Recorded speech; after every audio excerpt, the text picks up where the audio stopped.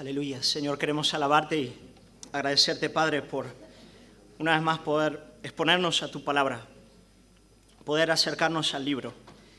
Jesús, me acuerdo de tus palabras, Señor, cuando tú nos dijiste y nos dices que tus palabras son espíritu y son vida. Y queremos pedirte, Señor, que así puedan venir a nuestras vidas en esta mañana.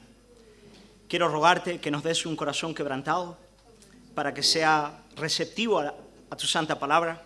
Danos también entendimiento, Señor, para poder comprender, Señor, y que realmente podamos tener tratos contigo mientras oímos tu palabra. Más allá del predicador, queremos que tú nos ministres al corazón a través de tu palabra. Y eso es lo que te pedimos en esta mañana en el nombre de Jesús. Amén. Amén, hermanos. Os invito hoy a abrir la Escritura en Efesios. La carta del apóstol Pablo a los Efesios, Efesios capítulo 4, vamos a estar leyendo los versículos 17 al 24. Lo vais a tener también ahí en la pantalla. Efesios capítulo 4, versículos 17 al 24. Dice así la palabra del Señor. Dice: esto pues digo y requiero en el Señor, que ya no andéis como los otros gentiles, que andan en la vanidad de su mente, teniendo el entendimiento entenebrecido, ajenos a la vida de Dios por la ignorancia que en ellos hay, por la dureza de su corazón, los cuales, después que perdieron toda sensibilidad, se entregaron a la lascivia para cometer con avidez toda clase de impurezas. Mas vosotros no habéis aprendido así a Cristo, si en verdad le habéis oído y habéis sido por él enseñados, conforme a la verdad que está en Jesús. En cuanto a la pasada manera de vivir, despojaos del viejo hombre, que está viciado conforme a los deseos engañosos, y renovaos en el espíritu de vuestra mente, y vestíos del nuevo hombre, creado según Dios, en la justicia y santidad de la verdad. Bendito sea el nombre del Señor. Hasta aquí la lectura bíblica. Queridos hermanos, como sabéis, estamos en el apartado práctico de la epístola del apóstol Pablo a los Efesios. Pablo comenzó este apartado mostrando que no existe cristianismo sin iglesia. No existe creyente que no sea eclesía, que no sea comunidad de los santos. El verdadero creyente es alguien que tiene comunión con el cuerpo de Cristo. Lo hemos visto en los dos últimos sermones de la serie. Es algo inevitable. Fuimos unidos en un vínculo de amor genuino, conseguido por la sangre de Jesús, y es en ese ambiente de comunión en el que alcanzamos la madurez espiritual. ¿Os acordáis de eso? La madurez espiritual. Tocamos este asunto ya en los dos últimos sermones. Ahora el apóstol Pablo va a dar un paso más para enseñarnos que no existe verdadero cristianismo sin santidad. Este en parte es el gran tema de hoy. No existe verdadera experiencia de salvación sin santidad, sin una vida que avanza en conformidad al carácter de Cristo y en obediencia práctica, y destaco esto, obediencia práctica a sus mandamientos, a sus palabras. Que quiero hablar un poquito de este asunto. Ahora bien, el modo en el que Pablo nos habla de este tema tan importante que es la santidad, es un modo de lo más interesante. Pablo básicamente nos va a hablar del creyente como alguien que se está desvistiéndose de los andrajos del viejo hombre para vestirse de las prendas de un nuevo hombre. Así que hoy aquel que le guste la moda va a sentirse cómodo en el sermón. Aquel que le guste la estética y le guste, no es verdad, no sé si Ana está aquí entre nosotros. Ana estaría muy feliz con el sermón de hoy, ¿no? Porque en el versículo 22... Segunda parte del versículo 22, el apóstol Pablo dice: despojaos del viejo hombre, quitaos de encima los andrajos del viejo hombre. Y en la primera parte del versículo 24, él dice: y vestíos del nuevo. Y eso es lo que el Señor quiere que nosotros podamos aprender esta mañana. El Señor quiere que aprendamos a despojarnos del viejo hombre y vestirnos del nuevo. El creyente es alguien que se desviste de una serie de hábitos de una vieja humanidad, a la cual podríamos llamar Adán 1.0, pensamientos, deseos y ambiciones y prácticas de esa vida de Adán 1.0 para vestirse de los hábitos de la nueva humanidad, Jesucristo 2.0. Y Pablo nos va a decir que sin este cambio de vestuario no existe verdadera experiencia de salvación. En la verdadera experiencia de salvación, esta realidad, esta dinámica de cambio de vestuario ha de estar aconteciendo necesariamente en la vida de todo verdadero creyente. Así que, hermano, mi deseo hoy es que cambies la ropa de tu armario. De eso vamos a hablar en esta mañana. Es un tema que me toca mucho porque esta misma semana alguien de la iglesia, que no quiso decir quién era, me regaló mucha ropa. Entonces tengo ahora un montón de ropa para cambiar el armario, gloria al Señor por eso. Pero bueno, vamos a ir. Versículos 17 al 24, vamos a ver cómo podemos cambiar, desvestirnos de viejo hombre para vestirnos del nuevo. Vamos a ir desarrollando los versículos 17 al 24, hay mucho contenido ahí. Vamos a estar subiendo una montaña que por ocasiones va a ser difícil de subir, como si fuésemos al Trebenque, pero con la ayuda del Señor lo vamos a hacer en esta mañana. Versículo 17, hermanos, entramos a la Escritura, ojos puestos en la palabra del Señor, si podemos tenerla ahí. Versículo 17, lo primero que nos encontramos en el versículo 17 es una exhortación para no andar más como el restante de gentiles. En otras palabras, para que nuestro modo de vivir, la palabrita andar ahí, peripateo, es una palabra bien importante para el apóstol Pablo, él la usa muchas veces y nos habla de un estilo de vida, de una dirección del caminar, de un modo de vivir. Andar es, pues eso, andar, estar en un camino, ¿no es verdad? Y Pablo dice, no andéis como los otros gentiles. Versículo 17 dice esto, digo y requiero en el Señor. La palabra requiero es bien importante, es fuerte, es un llamamiento solemne, importante, autoritativo. Yo os digo y requiero en el Señor, bajo la autoridad de Cristo, que ya no andéis como los otros gentiles. Que vuestro modo de vivir contraste de manera real y evidente con aquel del hombre sin Dios. Eso es lo primero que nos dice Pablo. Queridos hermanos, la vida cristiana debe contrastar con la del incrédulo. Los discípulos de Jesucristo no pueden avanzar en la misma dirección de los discípulos de Adán. Debe poder apreciarse en el cristiano, en sus pensamientos, deseos y acciones, un modo de vida que refleje, en un sentido real, aunque no perfecto, la gloria de su Maestro, Jesucristo. Hermanos, yo afirmo bíblica y categóricamente que no existe verdadera fe sin este contraste, sin esta diferencia entre el creyente y el hombre sin Dios. ¿Acaso puede haber una luz que no ilumine? ¿Podemos hablar de sal si no sala? ¿Podrá correr la savia sin que aparezca el fruto? ¿Podemos conocer a Cristo y no ser transformados por Él? Imposible, completamente imposible. Hermanos, cuando recién llegamos a España, vivíamos en una calle del Saidín llamada Aix-Savint.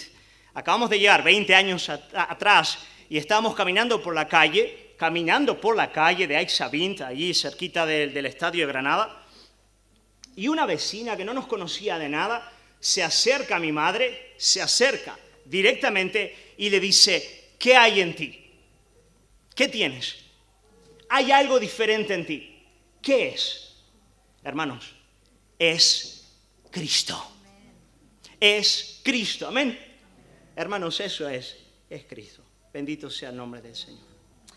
Hermanos, en los versículos 17 al 19, el apóstol Pablo nos va a describir el viejo hombre. ¿Ok? Lo vamos a ver. Vamos a ver una descripción de los andrajos del viejo hombre. Pero es muy interesante notar que después que Pablo hace esta descripción del viejo hombre, y él llega a los versículos 20 y 21, él nos dice así, después de describir al viejo hombre, el modo de vida que nosotros no deberíamos vivir, cuando él lo describe, después de hacerlo, él dice lo siguiente, versículos 20 y 21, él dice, mas vosotros no habéis aprendido así a Cristo. No habéis aprendido así a Cristo. Si en verdad le habéis oído, si habéis sido enseñados por él conforme a la verdad que está en Jesús. Queridos hermanos, bien interesante lo que Pablo nos dice aquí. Considerad el modo en el que Pablo está hablando. Evidentemente, Jesucristo no había estado físicamente con ellos, ¿no es verdad? Desde luego que no. Físicamente Él no había estado presente en aquel lugar. Ellos habían oído el Evangelio por mediación del apóstol Pablo. Era Pablo el que les había predicado. Y de todos modos, el apóstol Pablo habla de este modo tan singular. Él habla de haber oído, ¿a quién? A Cristo. Haber sido enseñados por Él. Haber sido ministrados conforme a la verdad que está en Él. Hermanos, es un modo de hablar extraordinario. Hermanos, si más allá del predicador es Jesucristo el que nos ha enseñado, nuestras vidas cambiarán. Nuestras vidas serán transformadas por Él. Es algo inevitable. Pablo va a decir, mira, si lo único que tú oyes es la palabra del predicador, tu vida no va a cambiar. Si lo único que oyes es lo que el predicador dice, no va a haber diferencia en ti. Pero si por mediación del predicador, más allá de su capacidad, más allá de lo que él pueda decir, si por mediación de la palabra proclamada ocurre un milagro, y es que la voz de Cristo por el Espíritu irrumpe en tu alma, lo que va a ocurrir es que va a haber un cambio, es que va a haber transformación, es que tu vida va a cambiar. Queridos hermanos, Jesucristo en Juan capítulo 10, versículo 27 dice, mis ovejas oyen mi voz y yo las conozco y me siguen, y no perecerán jamás, ni nadie las arrebatará de mi mano. Amén. Queridos hermanos, esto siempre es así. Es cuando escuchamos al Señor, cuando escuchamos a Cristo, somos transformados por Él. He aprendido que vana es la palabra del ministro si la voz divina no irrumpe en el alma. En tal situación la palabra predicada solamente acarreará mayor condenación al oyente. Tantas veces, hermanos, cuando veo a creyentes que están andando conforme al mundo, que se han apartado de Cristo, que están viviendo la práctica de la desobediencia, y con santo dolor de barriga me acerco para hacer tal vez la tarea más difícil de un pastor, que es confrontar en amor, pero autoridad, la realidad del pecado, como lo hace Pablo. Os digo y os requiero que no andéis de este modo. Hermanos, me doy cuenta de que aparte de una obra soberana del Espíritu Santo de Dios trayendo arrepentimiento, no hay cambio real. Pero si hemos oído a Cristo, si hemos sido enseñados por Él, entonces no vamos a seguir la senda de los gentiles. Amén. No vamos a usar los andrajos del viejo hombre, no vamos a vivir esa vida cargada de rebelión, desobediencia y muerte, orgullo. No, el Señor nos va a quitar de ahí. Su voz es poderosa para cambiar nuestras vidas. Amén. Quiero hacerte una pregunta en esta mañana. Quiero preguntarte si has sido de verdad enseñado por Jesús. Si has aprendido de Él. No solamente si has aprendido del predicador o de tus padres o de alguien que te haya enseñado la Escritura. Pero si la propia voz de Jesucristo por el Espíritu ha irrumpido en tu alma, si no ha sido así, yo quiero animarte a orar. Quiero animarte a orar de todo corazón y decirle, Señor, irrumpe con tu voz poderosa en mi alma. Irrumpe con tu Espíritu, con tu luz, con tu palabra y transforma mi corazón. Y cambia mi vida y cambia mi corazón. Amén. Eso es lo primero. Y dicho esto, hermanos, la voz del Señor tiene que irrumpir para cambiar nuestras vidas. Pero como os he dicho anteriormente, este cambio no acontece sino a partir de una mudanza de vestuario.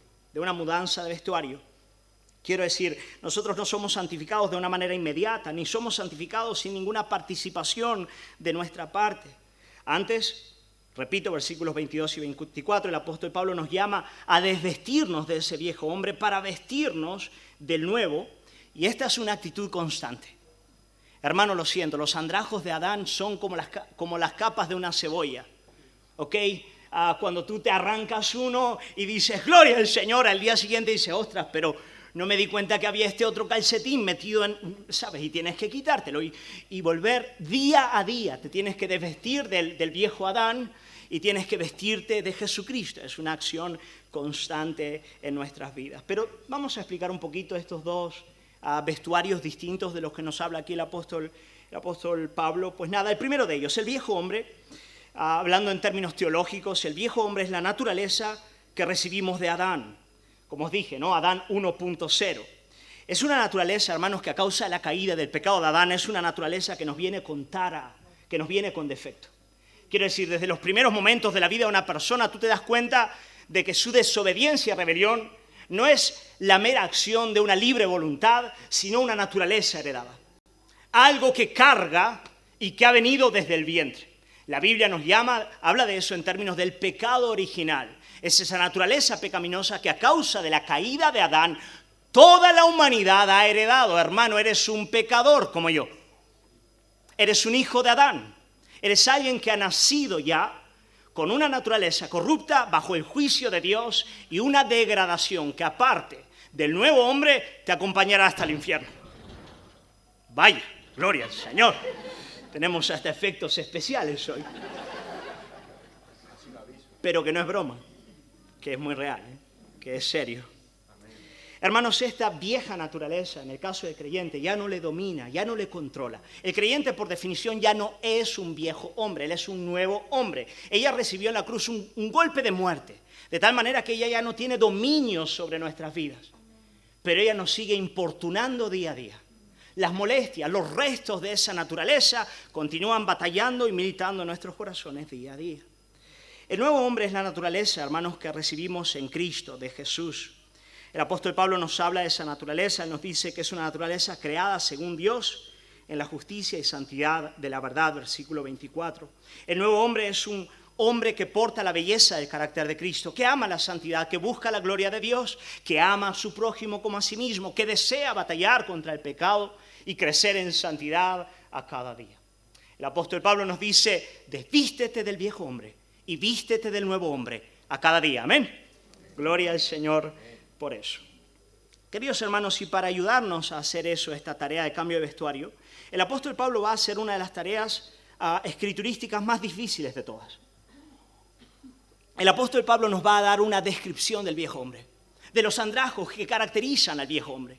Y queridos hermanos, no hay antropología bíblica como la que encuentras en la Escritura. Quiero decir, si tú de verdad quieres conocer la naturaleza humana, el alma humana, tienes que ir a la Biblia, tienes que ver lo que Dios dice acerca del hombre. Y hermano, cuando te encuentras con la Biblia, te vas a dar cuenta de que lo primero y lo más importante que nos dice la Escritura referente a la condición humana es que no hay nada en nosotros que esté libre del pecado. Adán es un hombre sucio, de pie a cabeza. El apóstol Pablo nos dice, el profeta Isaías, en Isaías capítulo 1, versículo 6, él dice, desde la planta del pie hasta la cabeza no hay en él cosa sana, sino herida, hinchazón y podrida llaga. Queridos hermanos, el apóstol Pablo nos va a hablar de la naturaleza pecaminosa del hombre, y él nos va a hablar en primer lugar de la corrupción de la mente, después del corazón y después de la conducta, versículos 17 al 19. Él nos va a hablar en primer lugar la corrupción de la mente, en segundo lugar la corrupción del corazón y en tercer lugar la corrupción de la conducta. Y veremos que todo en Adán, todos los andrajos que le caracterizan están completamente corrompidos. Y por lo tanto no impresiona que muchos se ofendan con nuestra fe. Hay mucha gente que no le gusta la descripción bíblica respecto al pecado del hombre, porque la Biblia es muy lúgubre, es muy oscura. Ella nos da una descripción terrible de la constitución humana. Pero, hermanos, ¿por qué la Biblia hace eso? La Biblia hace eso con el deseo de llevarnos a desesperar de nosotros mismos para acudir a las gloriosas vestiduras de Jesucristo, para ser transformados por Él, para ser perdonados por Él, para ser restaurados por Él. Y al final del día, aun cuando te enfade lo que la Biblia dice del hombre, te aconsejo a tener los ojos abiertos y ver la realidad a tu alrededor. Y te darás cuenta de que ella es veraz. Amén. Así que vamos a hacer un poquito esa tarea de hablar sobre la constitución del viejo hombre, de la corrupción del viejo hombre en términos de la mente, del corazón, de las acciones. Y en la medida en la que consideramos esta realidad, piensa que de todo esto es de lo que te tienes que desvestir, ¿vale? Todas estas son prendas de las cuales tienes que quitarte para vestirte de Cristo. Versículos 17, hermanos, 17 al 19. El apóstol Pablo nos va a dar la descripción del viejo hombre, ¿vale? ¿Vais conmigo? ¿Estamos despiertos? ¿Sí? Ok. Él dice lo siguiente, versículo 17, esto pues digo y requiero en el Señor que ya no andéis como los otros gentiles. Ahora, descripción, ¿qué andan? ¿Cómo? En primer lugar, en la vanidad de su mente, tenéis mente ahí, en la vanidad de su mente, teniendo el entendimiento entenebrecido, ajenos a la vida de Dios por la ignorancia que en ellos hay. Ahora, por la dureza de su corazón, mente, entendimiento, todo lo mismo, corazón. Y ahora, los cuales, después que perdieron toda sensibilidad, y esa es la conciencia, ¿ok? Hablaremos de eso, se entregaron, y ahora es práctica, a la lascivia para cometer con avidez toda clase de impurezas.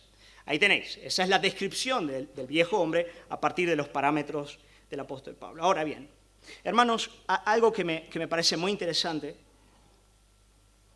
es que cuando el apóstol Pablo va a describir la naturaleza pecaminosa, Él empieza con la mente y no con el corazón. Hermanos, ¿dónde empezaría un judío que conocía el antiguo pacto? ¿Dónde está la raíz del pecado? Y eso sí lo va a dejar claro, en él. Pero ¿dónde empieza Pablo? Él empieza por la mente. ¿Por qué? ¿Por qué Pablo empieza por la mente y no empieza por el corazón? Hermanos, recordad que Pablo estaba dirigiéndose a los griegos. Él estaba hablando con gente que venía de la cultura helena, los seguidores de Sócrates, de Platón y Aristóteles. Para los griegos la mente era el instrumento de salvación. Ellos creían que el pecado residía en las pasiones del cuerpo y que el único modo de superarlos era mediante el gobierno de la razón que es impoluta, que es libre, la razón que es sabia, debe tener la capacidad de gobernar las pasiones del cuerpo, porque es en las pasiones del cuerpo donde reside en realidad el pecado, el mal. Ese era el concepto griego de la época. La razón, creían los griegos, tiene la potencia de sacarnos de las cuevas oscuras de las pasiones del alma, porque ella es neutral, ella es autónoma, ella es libre, ella nos va a liberar. Y entonces llega el apóstol Pablo y les dice: la vuestra es una mente enferma, dañada por el pecado, que tiene tara, que no piensa bien, condicionada por la realidad del pecado. Y ella necesita la redención de Jesucristo, tanto cuanto las pasiones sensuales del cuerpo y todo vuestro ser. Qué fuerte, ¿no es verdad, hermano? 3 cosas nos dice el apóstol acerca de la mente de Adán 1.0. En primer lugar nos dice que es ignorante. Voy a empezar por atrás y hacia adelante, ¿vale?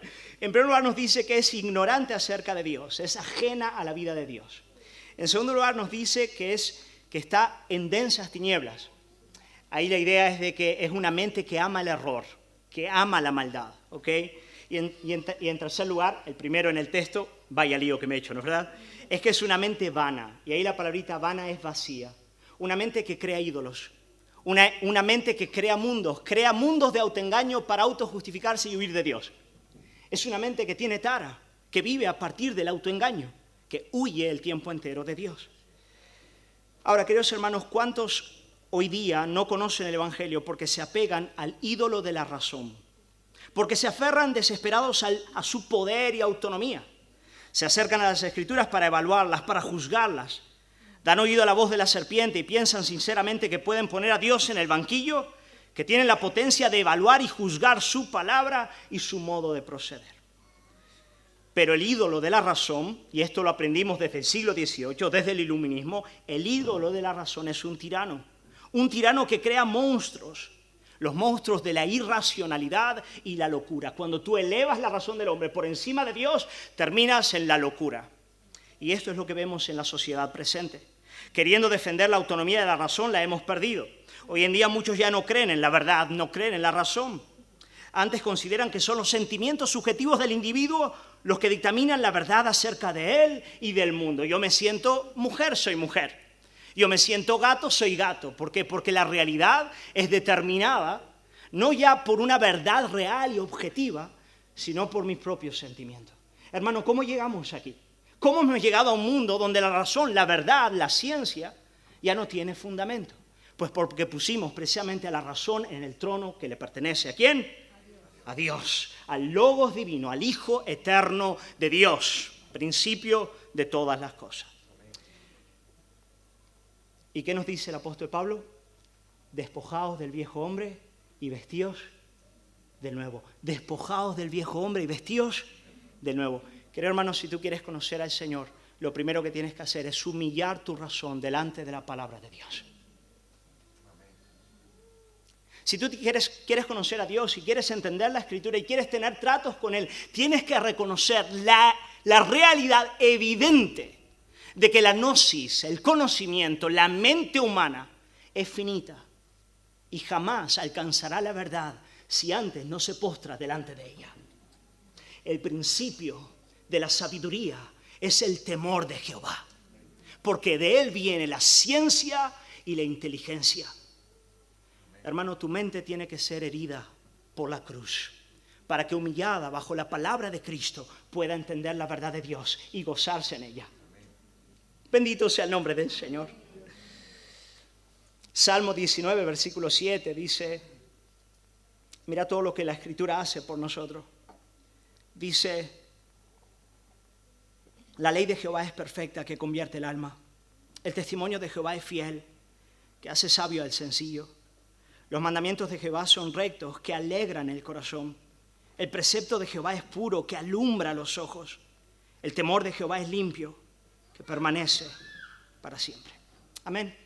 Así que yo quiero animarte, hermano, a humillar tu mente bajo la palabra del Señor y a no dejar que tu mente esté vacía de ella. Antes, llénate de la palabra constantemente para que ella pueda renovar tu entendimiento y vestirte de la belleza del carácter del Cordero Jesús.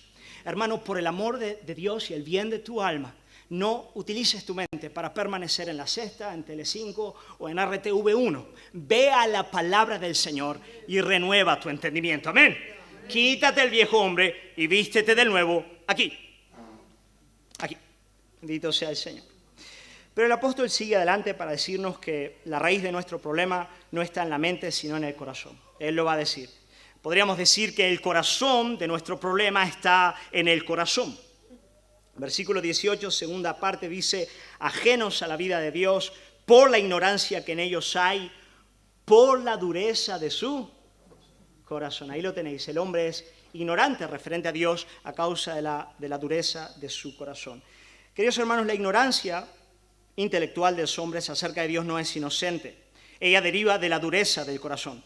A veces pensamos que los hombres no conocen a Dios o no vienen al Evangelio por falta de información, de evidencias. Y aunque la presentación de la verdad es importante, hay algo mucho más profundo. Y es que el corazón, el timón que rige todas las facultades del alma, incluyendo el intelecto, es antagónico a Dios, es enemigo de Dios, no lo quiere. Y ese corazón rebelde es el que impulsa a la mente a crear autoengaños para huir de Dios, aunque esos autoengaños puedan llevarnos inclusive a la irracionalidad y a la locura. Pero como no le queremos, huimos de él intelectualmente por la dureza de nuestro corazón. Romanos capítulo 1, versículo 18 al 20. Quiero leer este texto porque me parece absolutamente fascinante. Mira lo que dice aquí el apóstol Pablo. Él dice, este texto es bien importante, bien importante. Él dice, porque la ira de Dios se revela desde el cielo contra toda impiedad e injusticia de los hombres, y ahora, que detienen con injusticia la verdad. Detienen con injusticia la verdad, porque lo que de Dios se conoce les es manifiesto, pues Dios se lo manifestó, porque las cosas invisibles de Él, su eterno poder y deidad, se hacen claramente visibles desde la creación del mundo, de modo que no tienen excusa.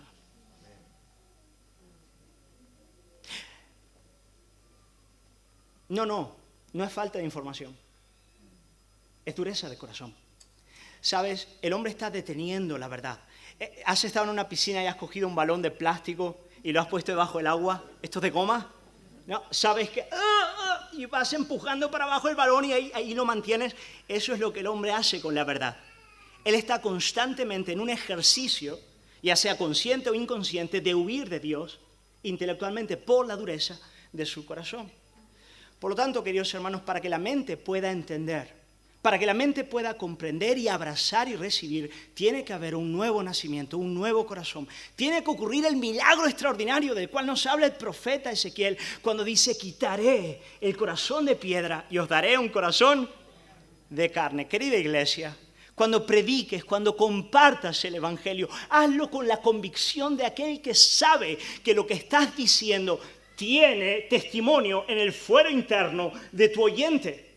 ¿Por qué? Porque todo alrededor del hombre y dentro del hombre es luminoso. Todo habla de Dios. Todo apunta a su gloria. No dudes. Proclama. Y ora. Y ora y di, Espíritu Santo, cambia el corazón.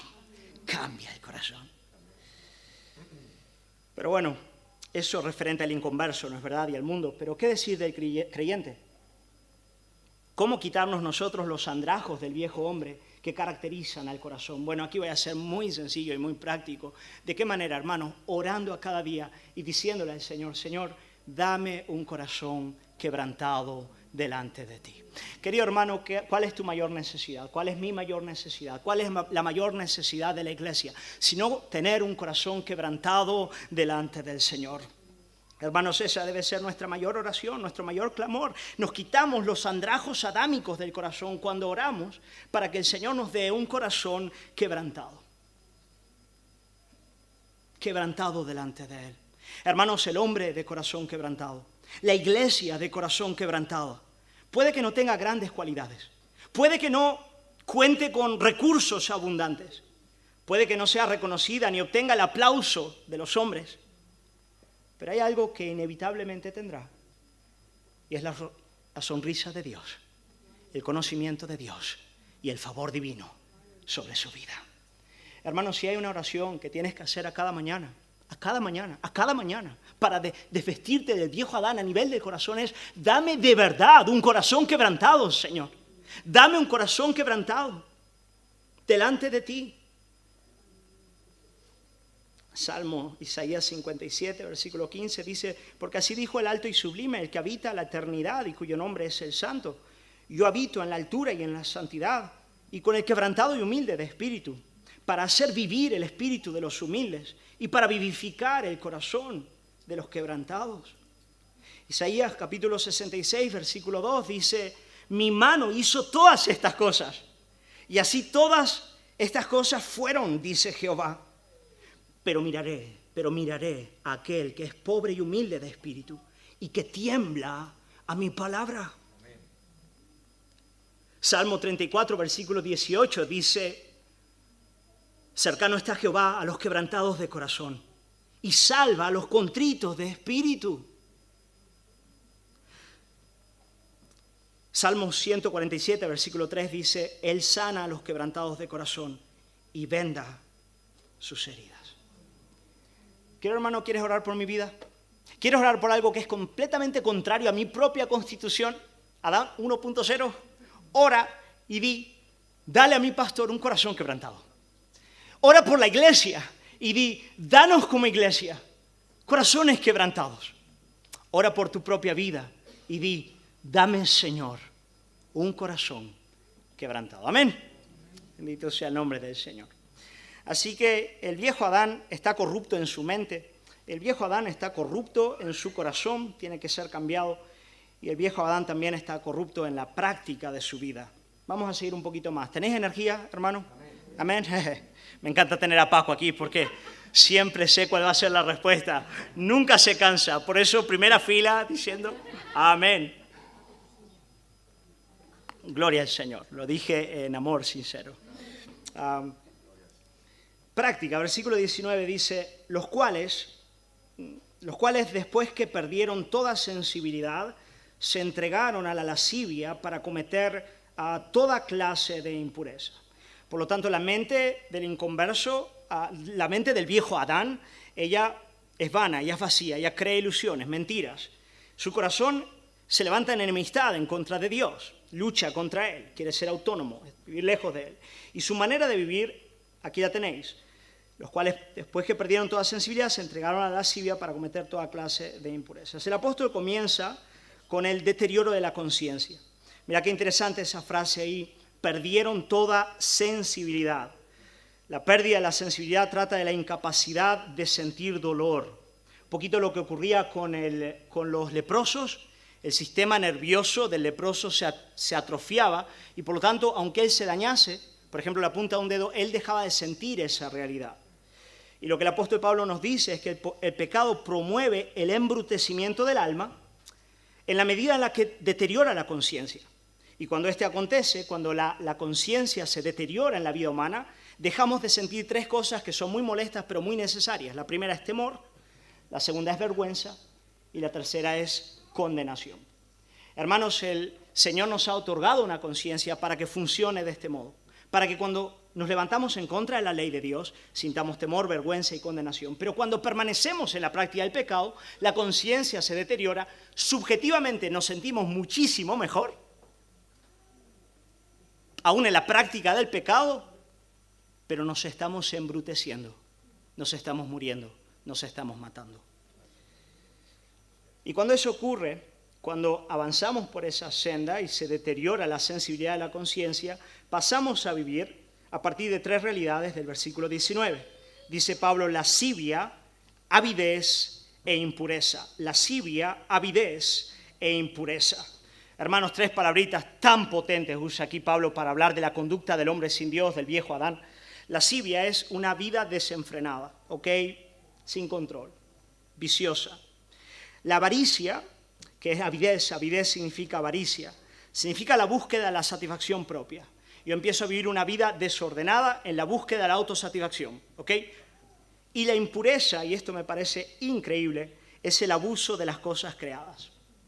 Dios creó todo puro, la impureza es abusar de la buena creación de Dios. Por daros algún ejemplo, por ejemplo, la comida es buena, ¿no es verdad, hermano? Pero la glotonería es impureza.